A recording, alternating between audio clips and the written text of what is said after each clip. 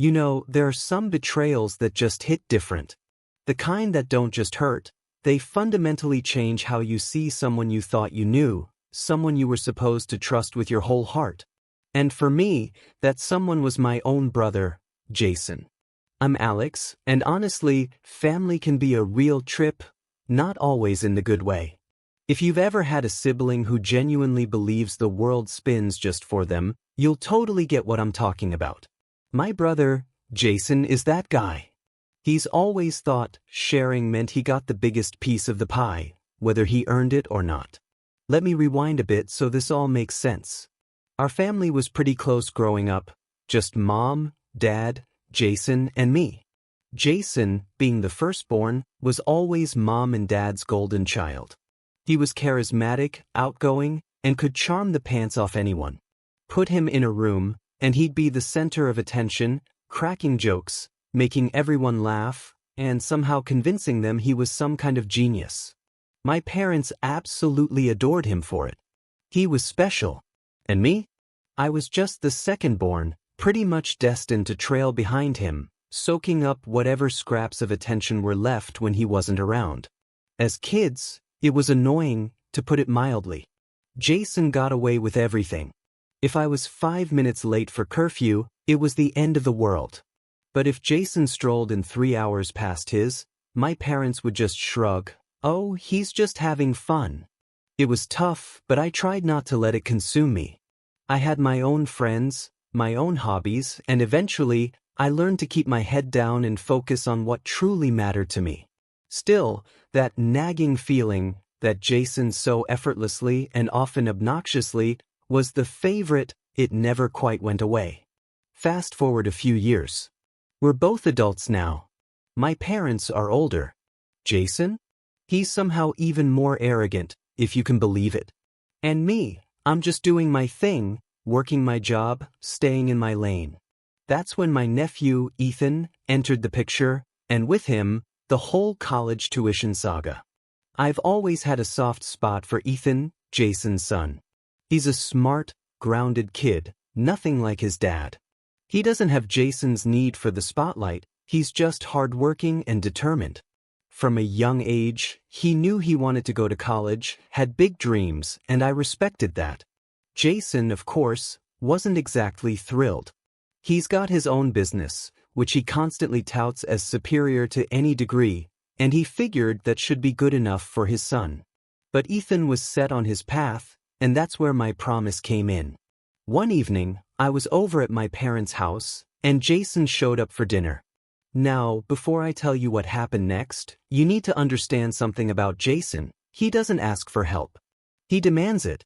So, without any preamble, he just dropped a bomb on me. "Alex," he said, his voice way too casual, "I need your help with something. Ethan's college tuition is due, and I just don't have the funds right now.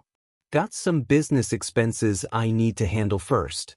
But, you know, he's my son, I want him to have every opportunity." I was stunned, but I held my tongue. If you know Jason, you know he's a master manipulator, especially with family. He knows exactly how to twist things to make you feel guilty, throwing around words like family and responsibility until it's almost impossible to say no. After what felt like an eternity, I looked at him.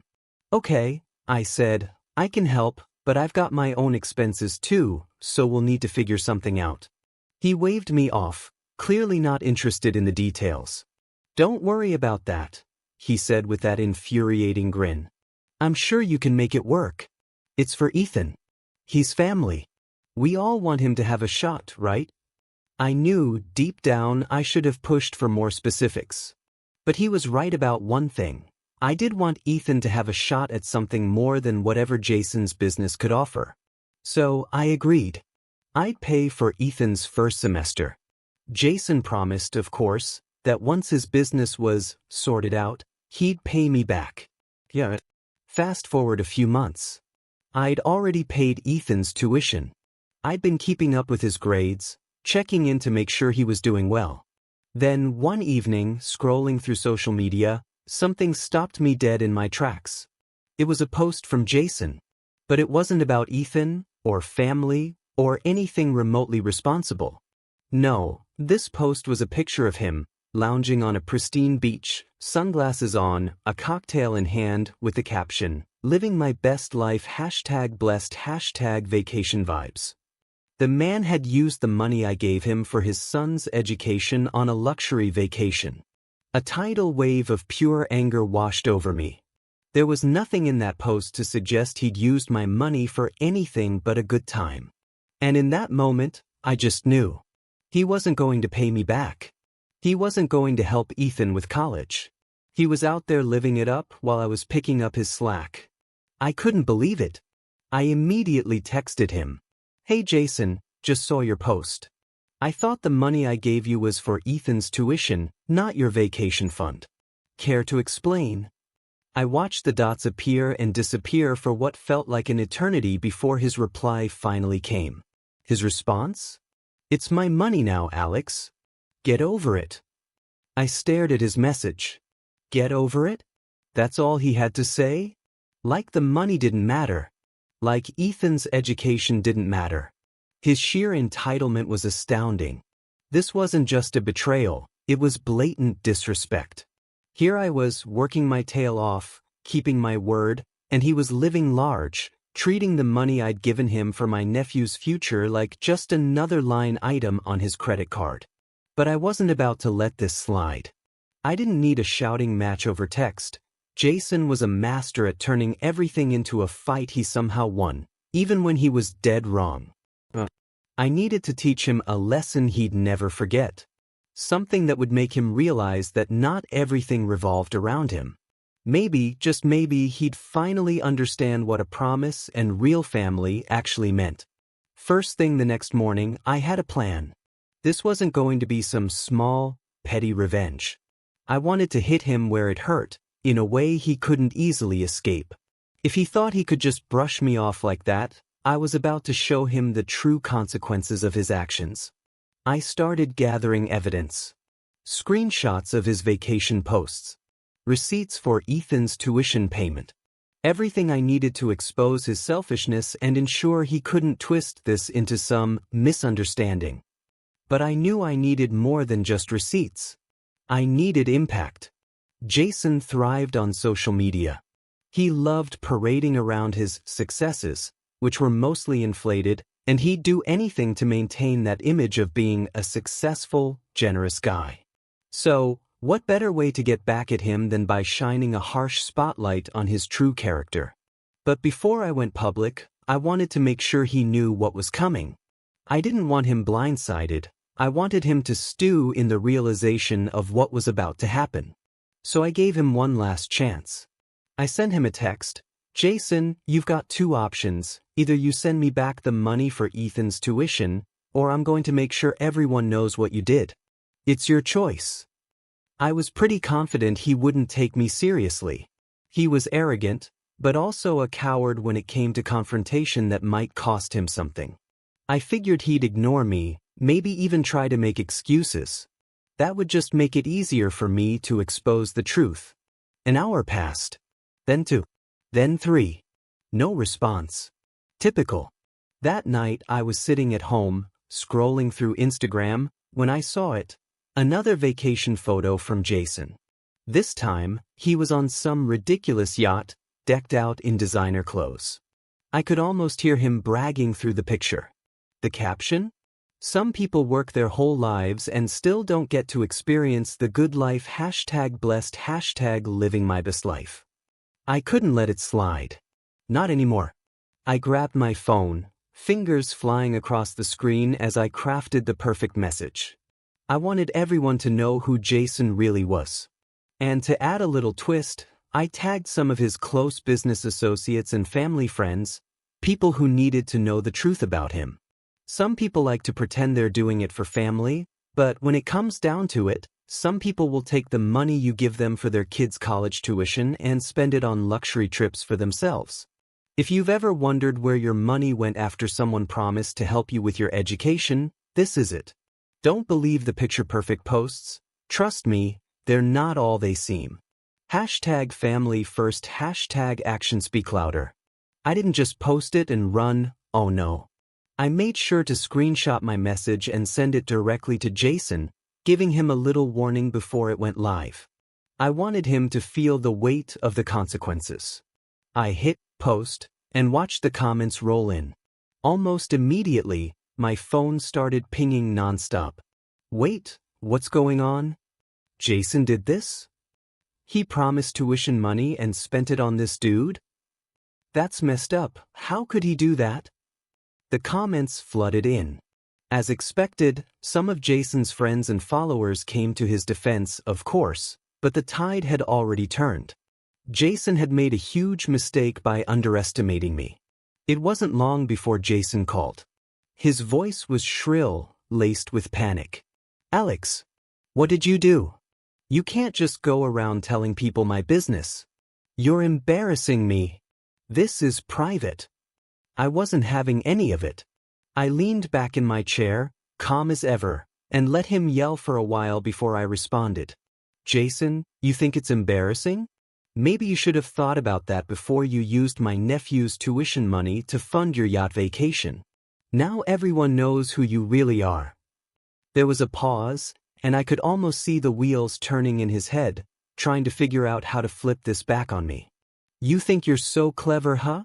Jason spat. This is ridiculous. You're just jealous of me. You've always been jealous of me. I let out a sharp laugh. Jealous of you? I'm just trying to make sure people know that you're not the golden boy you pretend to be. You're selfish, Jason. And now everyone knows it. He started to go off again, but I cut him off. The thing is, Jason, I don't care what you think anymore. You've burned all your bridges with me, and with the people who actually care about you. So good luck with your business and your Instagram followers.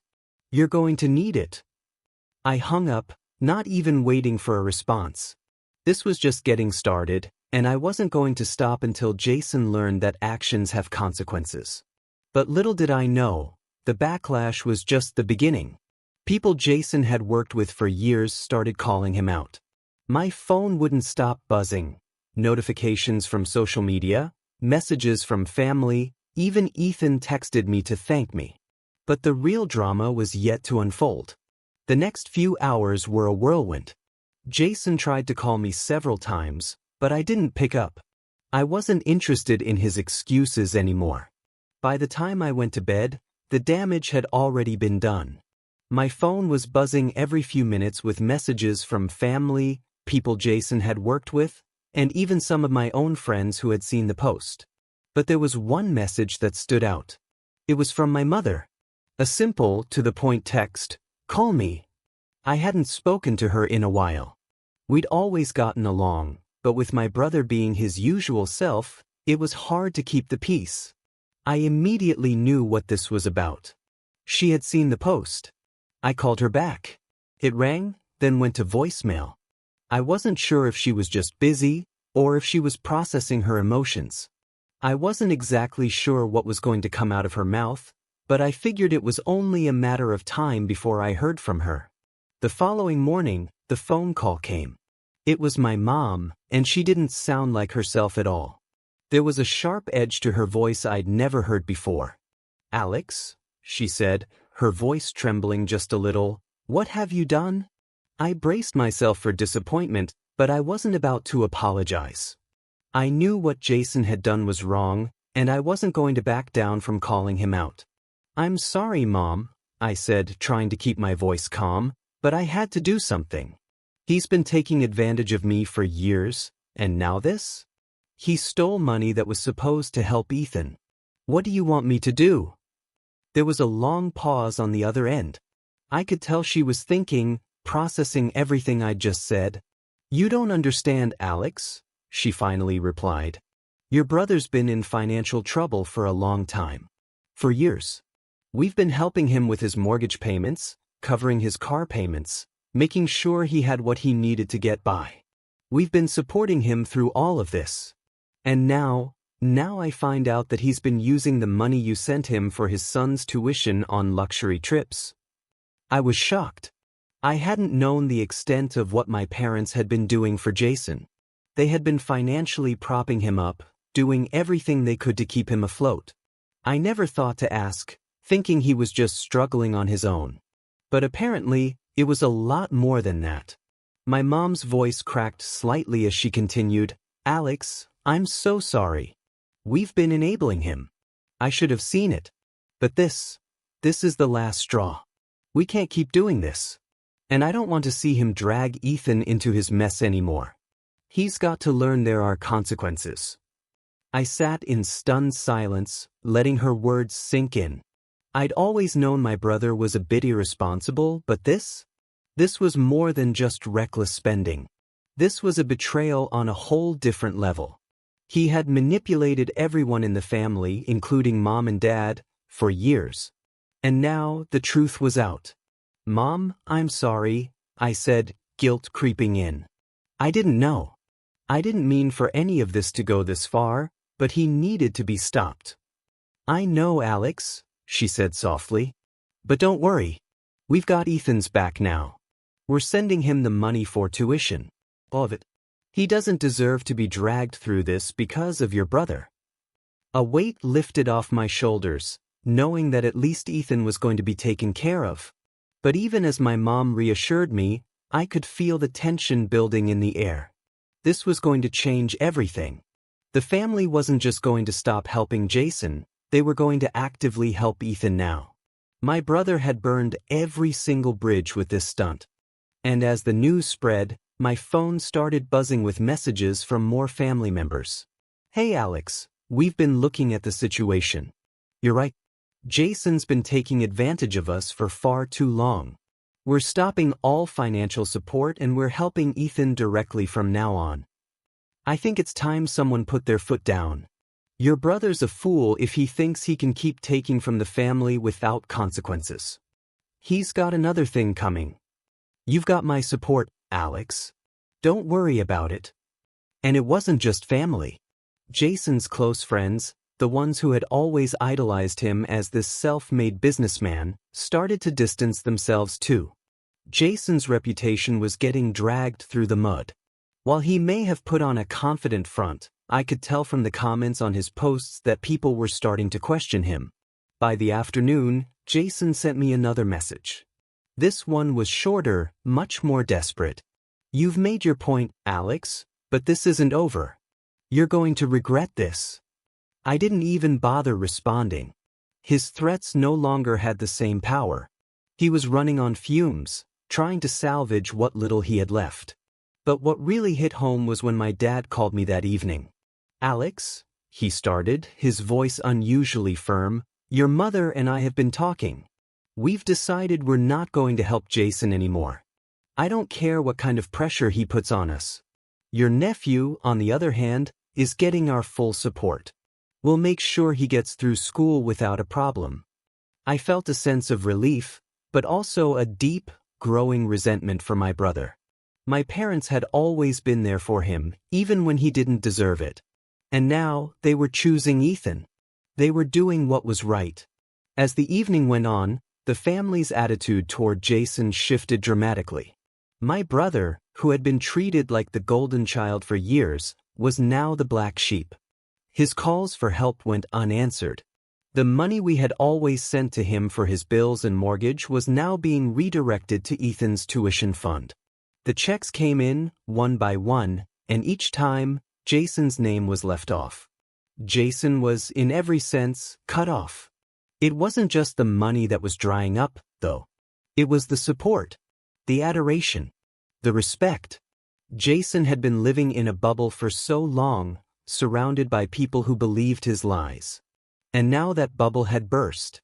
My family was done with him. And that was just the beginning.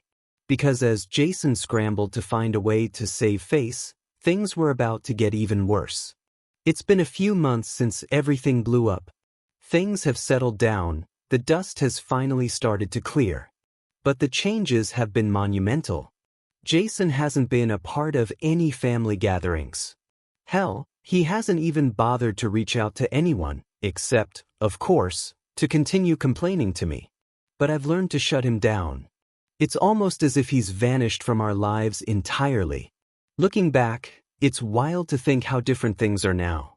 At the beginning of all this, Jason's smug arrogance had us all convinced he was untouchable, that he could get away with anything as long as he smiled and flashed those ridiculous, expensive sunglasses of his.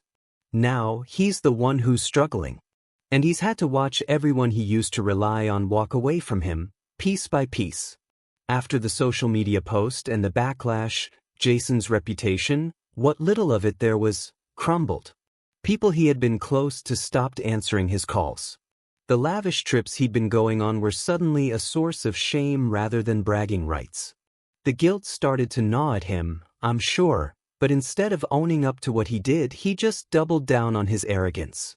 I suppose it's easier to pretend everything's fine when the truth is too painful to face. I haven't heard from him much lately, and when I do, it's always the same tired excuses. How unfair it all is, how I ruined his life, how I've betrayed the family. At this point, it's laughable. I just let his messages sit in my inbox, unread. I'm not the one who needs to learn a lesson anymore. He's the one who's been exposed for who he really is. What's been more surprising, though, is how much stronger the family has become since cutting him off. My parents, especially, are finally at peace with their decision. They used to walk on eggshells around Jason, trying to cover for him, fix his mistakes, even make excuses for him. But since everything blew up, they've been more open with me, more honest. And I can sense the weight that has lifted from their shoulders. For the first time in a long time, they're focusing on themselves and their well-being, instead of enabling Jason's toxic behavior. I won't lie, it feels strange at times. The dynamic in the family has totally shifted. We still talk about Jason, but it's not in the way we used to. There's no longer any worry or guilt when his name comes up. He's been erased from the family equation. And in his place, Ethan has become a symbol of what family should be. The support we've been pouring into him over the last few months has been incredible. He's thriving, both in school and in his personal life. It's like a weight was lifted from his shoulders too. And seeing him succeed, knowing we've made the right choice, has been more rewarding than I could have imagined. As for me, well, I've moved forward as well. After confronting Jason and dealing with the fallout, I realized something important. I don't have to carry the burden of trying to fix everything anymore. I'm no longer responsible for fixing my brother's mistakes or for holding the family together when he's burning every bridge in sight. I've learned to set boundaries, to say no when I need to, and to focus on the people who actually appreciate my help. I've been spending more time with friends, with Ethan, and even just enjoying my own space. For the first time in years, I'm not constantly trying to manage the fallout of my brother's messes. Jason has reached out a few times, but I've completely cut him off. Honestly, I don't feel bad about it. I've given him every chance to redeem himself, and all he's done is manipulate, lie, and take advantage of everyone who cared about him. The last time he contacted me, he sent a long, rambling message about starting over and how he was trying to be a better person. I rolled my eyes and hit the block button before I could even finish reading it. At this point, I'm done. He's had his chances and he's squandered them all. The truth is, Jason was never the brother I thought he was. He was never the person I wanted to believe in. And in a twisted way, this whole mess was a blessing in disguise. It forced me to see the truth, not just about him, but about myself and my role in this dysfunctional cycle. I can't keep enabling someone who refuses to grow. And by cutting him off, by finally standing up for Ethan and the rest of the family, I've created a healthier space for all of us. As for the rest of the family, things have been better. We've had a few family gatherings since everything went down, and they've been so much more relaxed, so much more real. There's no pretending anymore. We're all just being ourselves, and it feels good.